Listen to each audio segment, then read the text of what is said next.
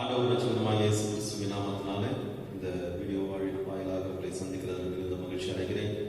தொடர்ந்து இந்த நாளிலும் கூட இந்த பரிசுத்த ஓய்வு நாளிலே கர்த்தரை நாம் ஆராதிப்போம்.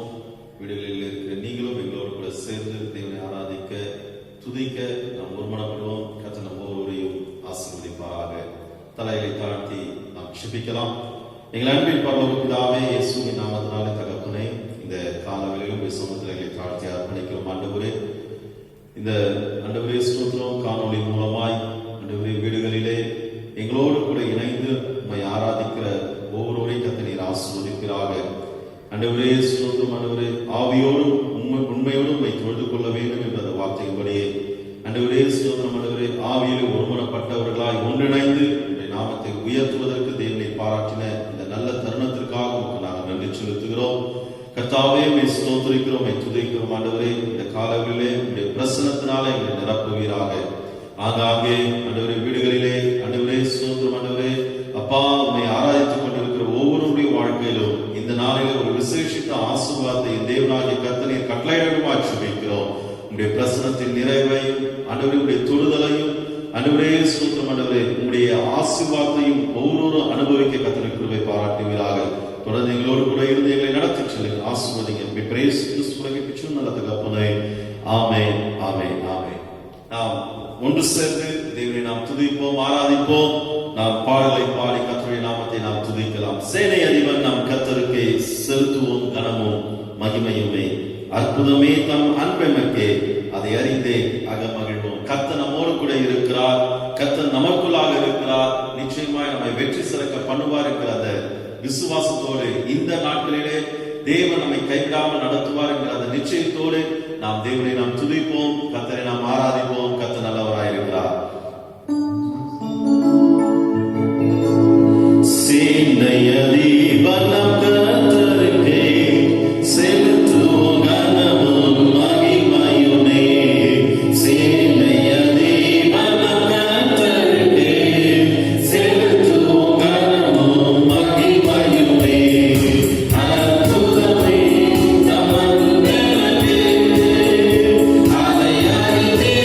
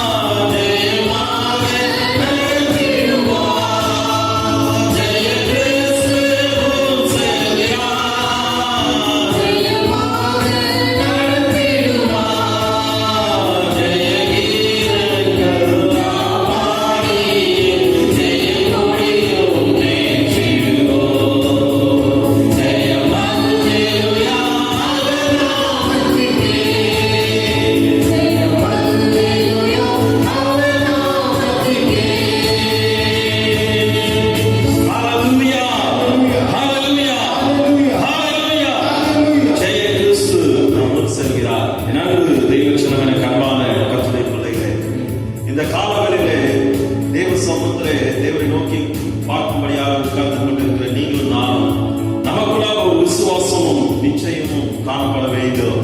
இந்த உலகத்தில் இருக்கிறவர்களும் நம்மில் இருக்கிறவர் பெரியவர். அவர் பெரிய காரியங்களை செய்வதற்கு அவர் போதுமானவராக இருக்கிறார். நான் உன்னை அதிசயங்களை காணப்படுவேன் என்று தேவன் வாக்கு பண்ணினவர். அவர் நிச்சயமாகவே நம் வாழ்க்கையில் அதிசயங்களை செய்வதற்கு வல்லவராக இருக்கிறார். விசேஷமாய் இந்த நாட்களிலே நாம் ஒரு பெரிய சேலஞ்ச், சவால்களுக்கு முன்பாக தான் நம்முடைய வாழ்க்கை காணப்பட்டுக் கொண்டிருக்கிறது. பொருளாதாரத்தின் சவால்கள், இந்த கொள்ளையின் சவால்கள், குடும்பத்தின் சூழ்நிலைகளின் சவால்கள், இப்படி அடிக்கிட்டே போகலாம். பலவிதமான சவால்கள் நமக்கு முன்பாக காணப்பட்டாலும் அந்த சவால்களின் மத்தியிலே நமக்குள்ளாக ஒரு விசுவாசம் காணப்பட வேண்டும். இவைகளை மேற்கொள்வதற்குண்டான அதிகாரத்தின் வல்லமையை கர்த்தர் எனக்கு கொடுத்திருக்கிறார். என்னோடு இருக்கிறவர் அவர் பெரியவர், பெரிய காரியங்களை செய்வார் என்று நாம் ஒவ்வொருவரும் விசுவாசிக்கும் பொழுது நிச்சயமாகவே கர்த்தருடைய வாழ்க்கையில் மகிமையானவைகளை செய்வதை நீங்களும் நானும் பார்க்க முடியும். அந்த நிச்சயத்துறை இந்த நல்ல ஒரு அழகான கதைகள் ஜெய கிறிஸ்து முன் செல்கிறார். இந்த நாட்களிலே உனக்கு முன்பாக, எனக்கு முன்பாக, நமக்கு முன்பாக சர்வ வல்லமையுள்ள ஆண்டவர் முன் செல்கிறார் என்கிற அந்த நிச்சயத்தோடு கூட தடைகளை நீக்குகிறவர், அற்புதங்களை செய்கிறவர், புதிய காரியங்களை செய்கிறவர், புதிய வழிகளை உண்டாக்குகிற ஆண்டவர் நம்மோடு கூட இருக்கிறார், நமக்கு முன் செல்கிறார் என்கிற அந்த நிச்சயத்தோடு கூட விசுவாசத்தோடு கூட மீன் ஒரு விசையாய் இந்த கவிகளை நாம் பாடி தேவனை நாம் துதிப்போமா.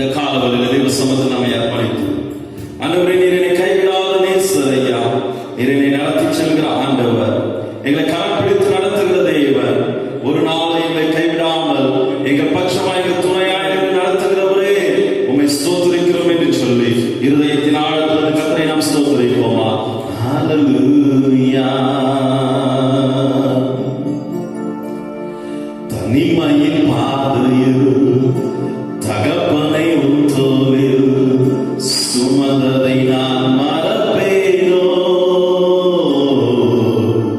சுமந்ததை நான் மறப்பேனோ. தனிமையின் பாதையில் தகப்பனை உத்தோவில் சுமந்ததை நான் மறப்பேனோ, சுமந்ததை நான் மறப்பேனோ. எத்தனை அன்பு என் மேல், எத்தனை பாசம் என் மேல், எத்தனை அன்பு என் மேல், எத்தனை பாசம் என் மேல். இதற்கு ஈடா என்ன தருவேன் நான், இதற்கு ஈடா என்ன தருவேன் நான்.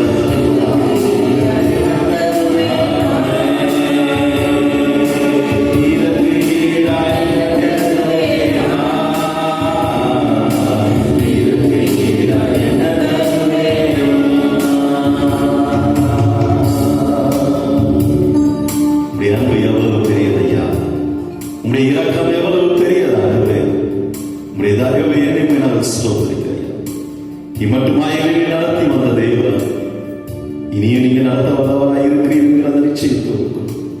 உங்களுடைய சமூகத்தில் தாழ்த்தி அர்ப்பணிக்கிறோம். தேவ பிரசன்னத்தோடு எங்களை ஆதரவு செய்கிறோம். தேவனை பட்சமாய் துணையாய் எங்களை நடத்தி செல்லுங்க. எங்களோடு கூட நீங்க பேசுங்க. We praise you கிறிஸ்துவின் பிச்சையான தகப்பனே. ஆமென். ஆமென். கர்த்தருடைய பரிசுத்த நாமம் மகிமைப்படுவதாக. இந்த நாளிலே மறுபடியும் உங்களை சந்திப்பதில் மகிழ்ச்சி அடைகிறேன்.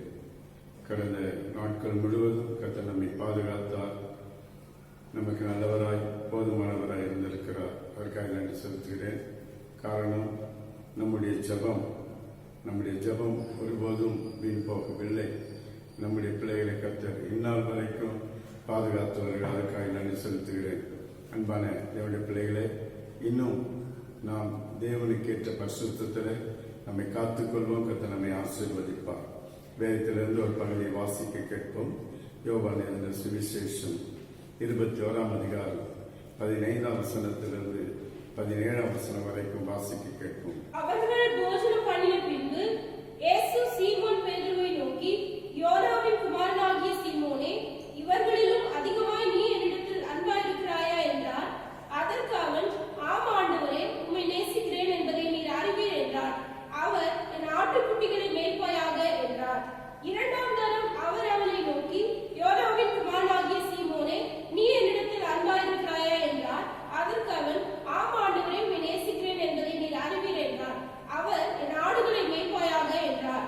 மூன்றாம் தரம் அவர் அவனை நோக்கி, யோனாவின் குமாரனாகிய சீமோனே, நீ என்னை நேசிக்கிறாயா என்றார்.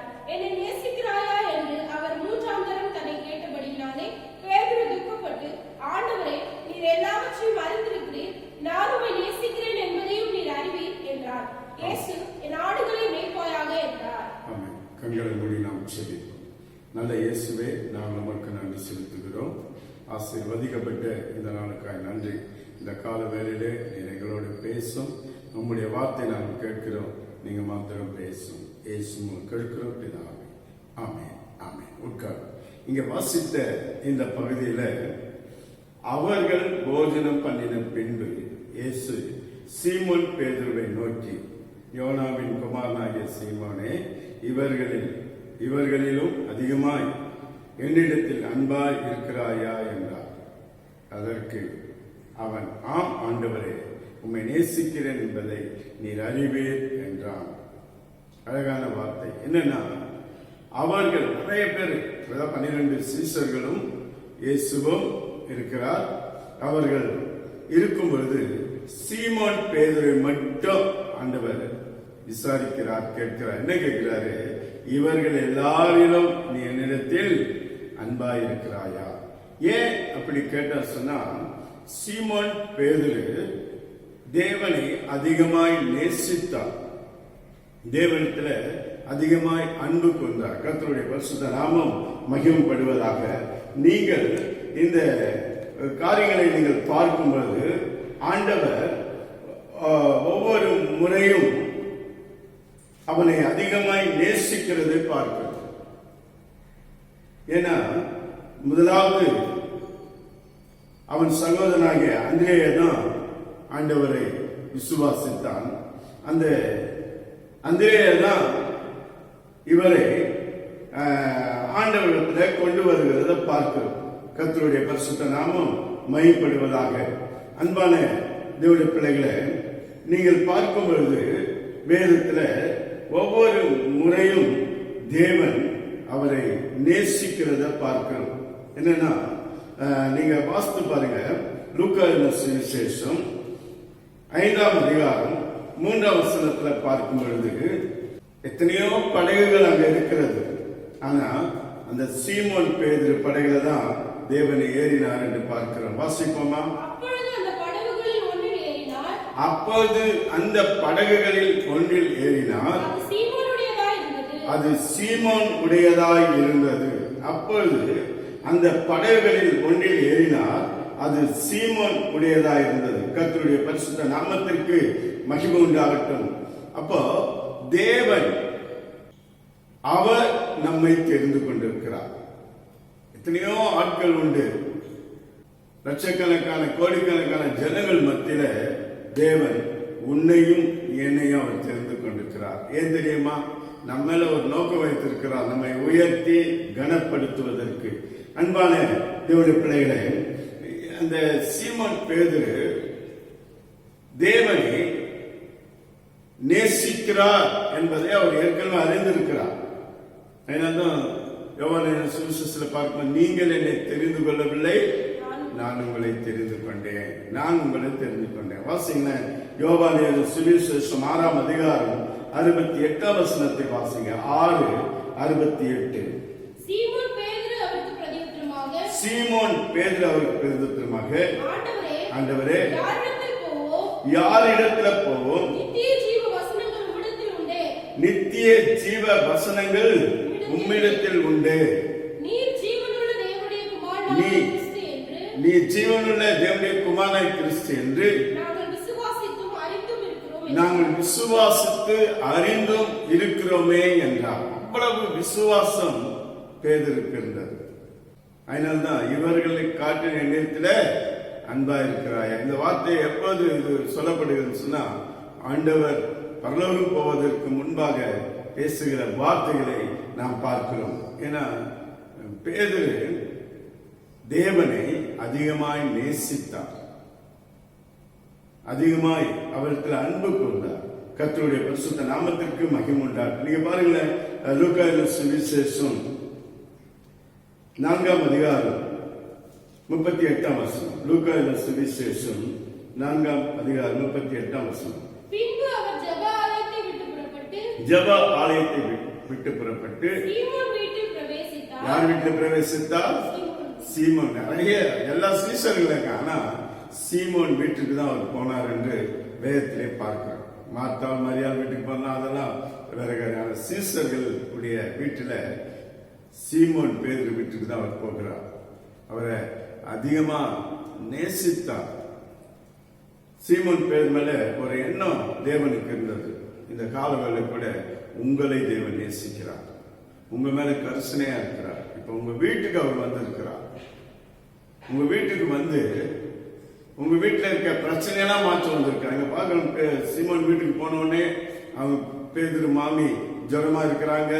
தேவன் பார்க்கிறார், அந்த அம்மாவை தொடுறாரு. தொட்ட உடனே அந்த அம்மாவுக்கு இருக்கிற வியாதியெல்லாம் நீங்கி எழுந்து பணிவிடை செய்தால் என்று கீழே வாசிக்கிறோம். எழுந்து பணிவிடை செஞ்சா உடனே நீங்க இப்ப இயேசு வந்துட்டா உங்க வீட்டுல இருக்கிற எல்லா பலவீனம், எல்லா பிரச்சனையும் மாறிடும். அவர் வரணும். யார் வீட்டுக்கு அவர் வருகிறார்? யாரை அவர் நேசிக்கிறாரோ அவர்கள் வீட்டுக்கு வருகிறார். யார் அவரை நேசிக்கிறாங்களோ அவங்க வீட்டுக்கும், அவர் நேசிக்கிற வீட்டுக்கும் அவர் வருகிறார். நீங்க ஆண்டவரை நேசிக்கிறீங்களா? ஆண்டவர் பேர்ல அன்பா இருக்கிறீங்களா? அவ்வளவு 12 சீசர்கள், இன்னும் 70 பேர் இருக்காங்க. அவர்கள் எல்லாரையும் காட்டிலும் ஆனா ஆண்டவர் பேதுரு மேல ஒரு கரிசனை வைத்திருக்கிறார்.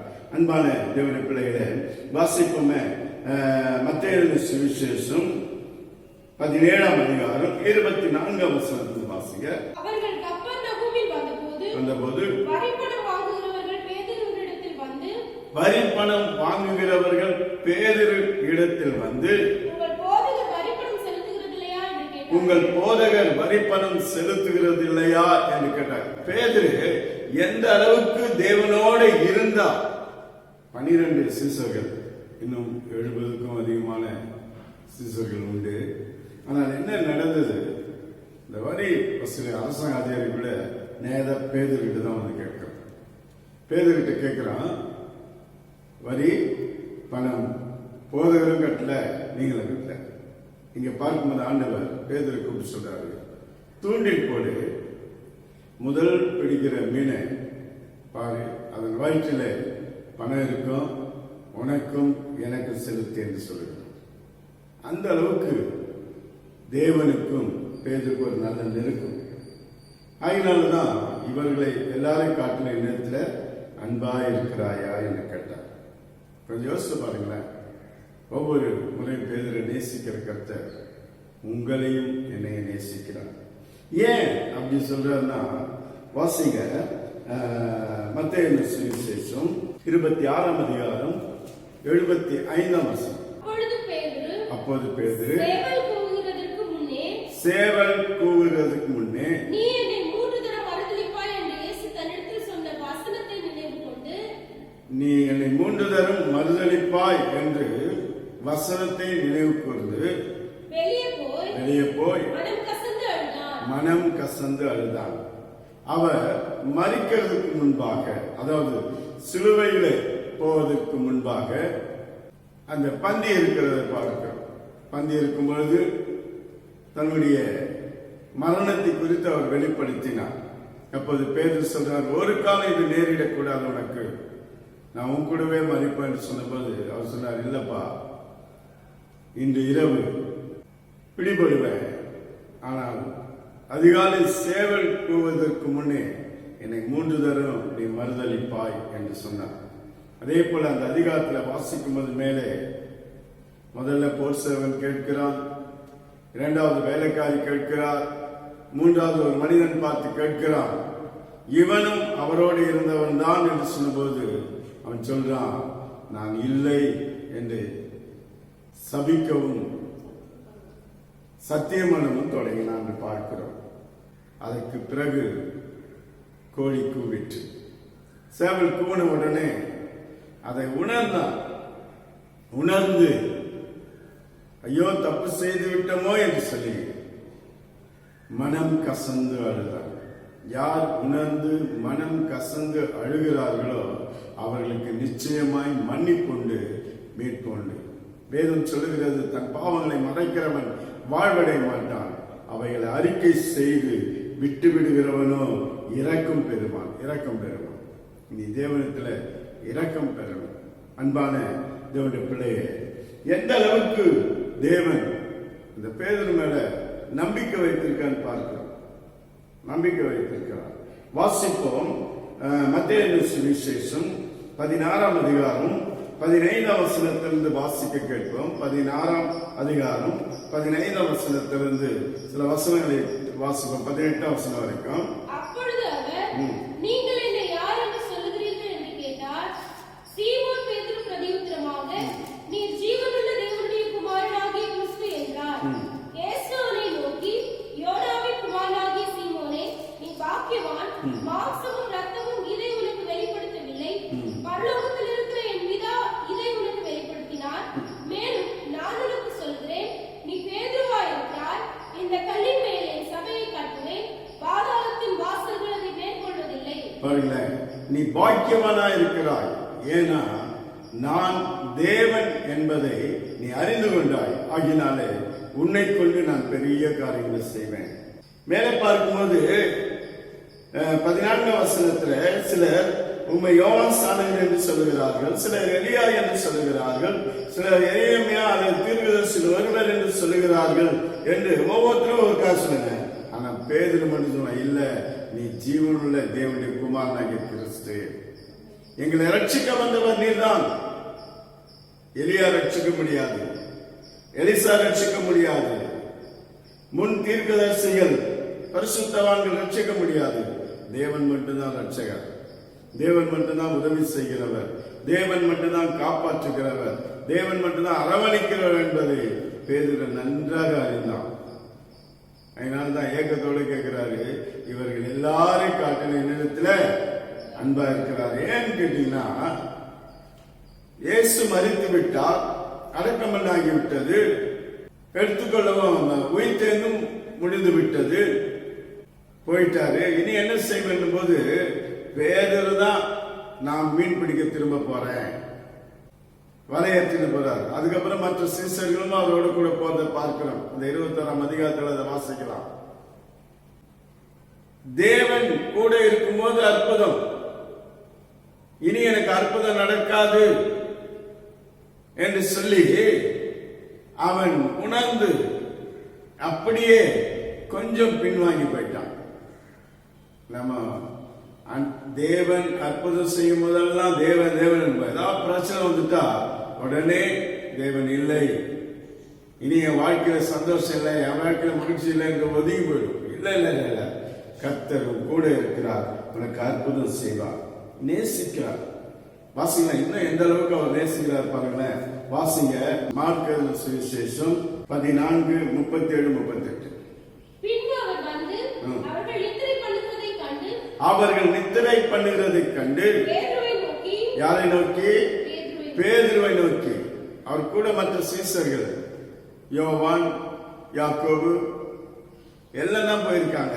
அவங்கள கேட்கல. பேதுருவை நோக்கி, சீமோனே, சீமோனே, நித்திரை பண்ணுகிறாயா? நித்திரை பண்ணுகிறாயா?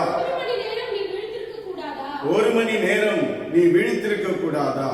நீங்கள் சோதனைக்குட்படாதபடிக்கு விழித்திருந்து ஜெபம் பண்ணுங்கள். ஆமா, விழித்திருந்து ஜெபம். பாருங்களேன், எவ்வளவு பேர் இருக்கிறாங்க.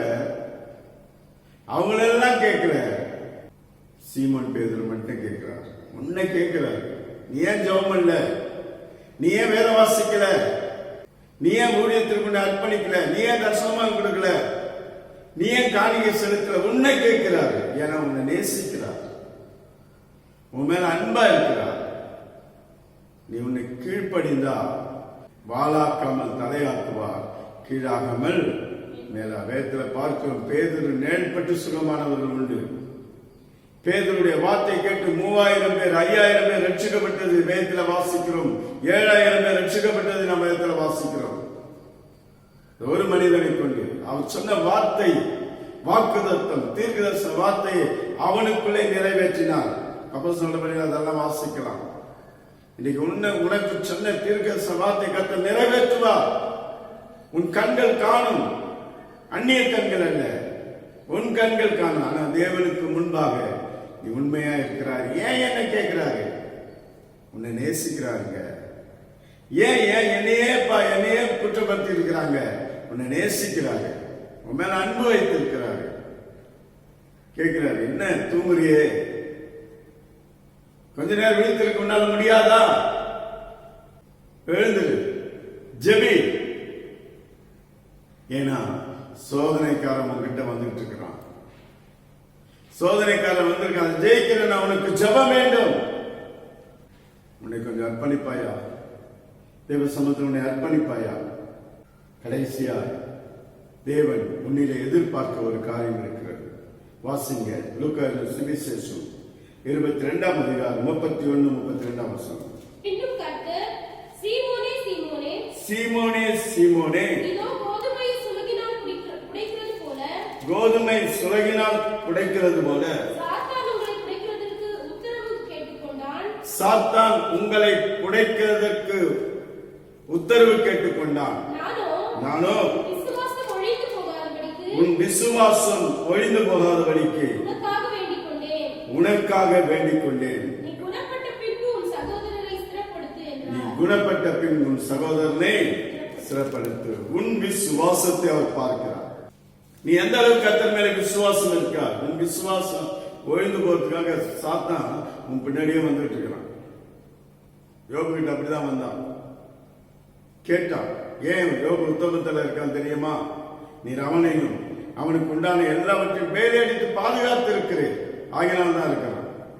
ஆண்டவர் சொல்ல, இல்ல அவன்கிட்ட இருக்க எல்லாம் போனாலும் என் மேல விசுவாசமா இருப்பான். ஒரு நம்பிக்கை. அந்த நம்பிக்கை ஒரு நாள் வீண் போகல. அந்த விசுவாசம் ஒரு நாள் வீண் போகல. ஏன்னா அவன் சொல்றான், கர்த்தர் கொடுத்தார், கர்த்தர் எடுத்துக்கொண்டா. அவருடைய நாமத்துக்கு ஸ்தோத்திரம்.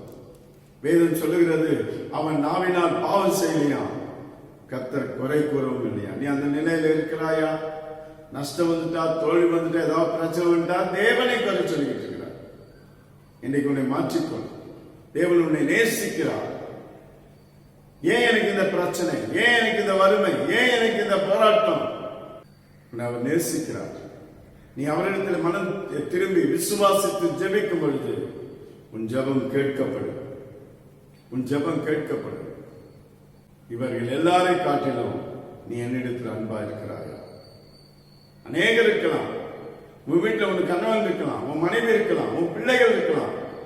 அவர்கள் நேசிக்கிற நேசம் வித்தியாசமா இருக்கலாம். நான் உன்னை கேட்கிறார் தனிப்பட்ட முறையில, இவர்கள் எல்லாரை காட்டிலும் என்னிடத்தில் அன்பா இருக்கிறாயா? அவங்களையே குற்றப்படுத்திட்டு இருக்கிறியா? அவங்களையே பார்த்துட்டு இருக்கிறியா? உன்னை முதலாவது ஆராய்ந்து பார். தன்னைத்தான் சோதித்து ஆராய்ந்து பார்க்க வேண்டும். நீ கர்த்தர் மேல் எந்த அளவுக்கு விசுவாசமா இருக்கிறார்? கொஞ்சம் ஆராய்ந்து பார். பேதுரு அவர் கேட்க காரணம், பேதுருவை அவர் நேசிக்க காரணம், பேதுரு அந்த அளவுக்கு தேவன் பேர்ல பற்றுதல், தேவன் பேர்ல விசுவாசம்.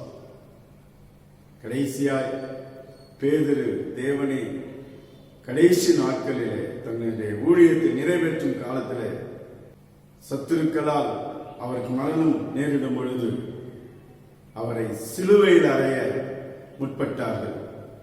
அப்போது பேதுரு சொன்னார், என் ஆண்டவருக்கு கீழாக நான் சமம் கிடையாது, என்னை தலைகீழாக சிலுவையில் அறையுங்கள் என்று சொல்லி பேதுருவை சிலுவையிலே தான் அறைந்து மரணத்துக்கு உட்படுத்தப்பட்டார்கள். தலைகீழாக சிலுவையில் அறைந்து அவர் கொல்லப்பட்டார். அந்த அளவுக்கு தேவன் பேரில் ஒரு பற்று விசுவாசம் இருந்தது. உங்களுக்கு தேவன் பேரில் எந்த அளவுக்கு விசுவாசம் இருக்கிறது? அப்படி நீங்க விசுவாசித்தா உங்களை ஒருபோது அவர் மறக்க மாட்டார்.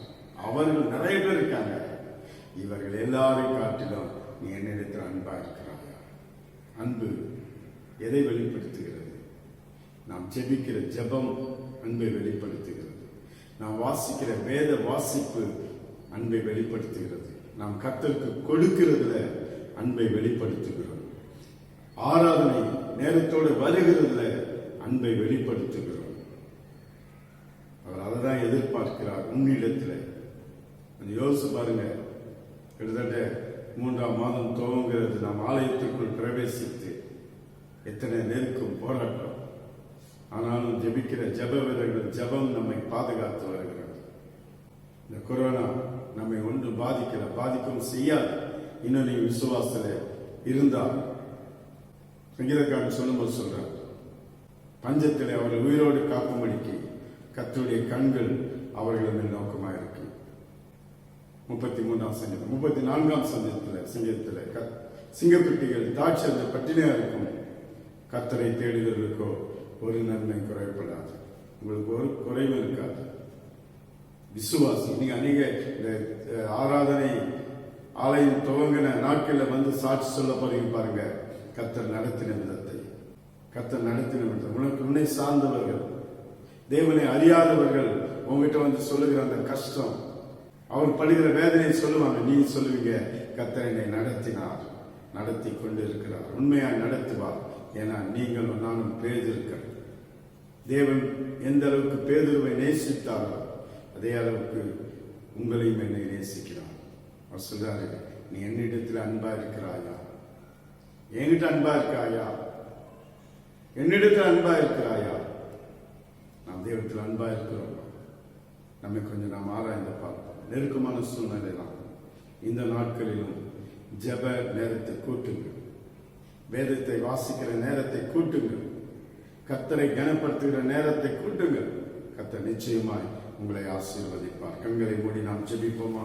கர்த்தரை நோக்கி பார்ப்போம். ஹல்லேலூயா, ஹல்லேலூயா.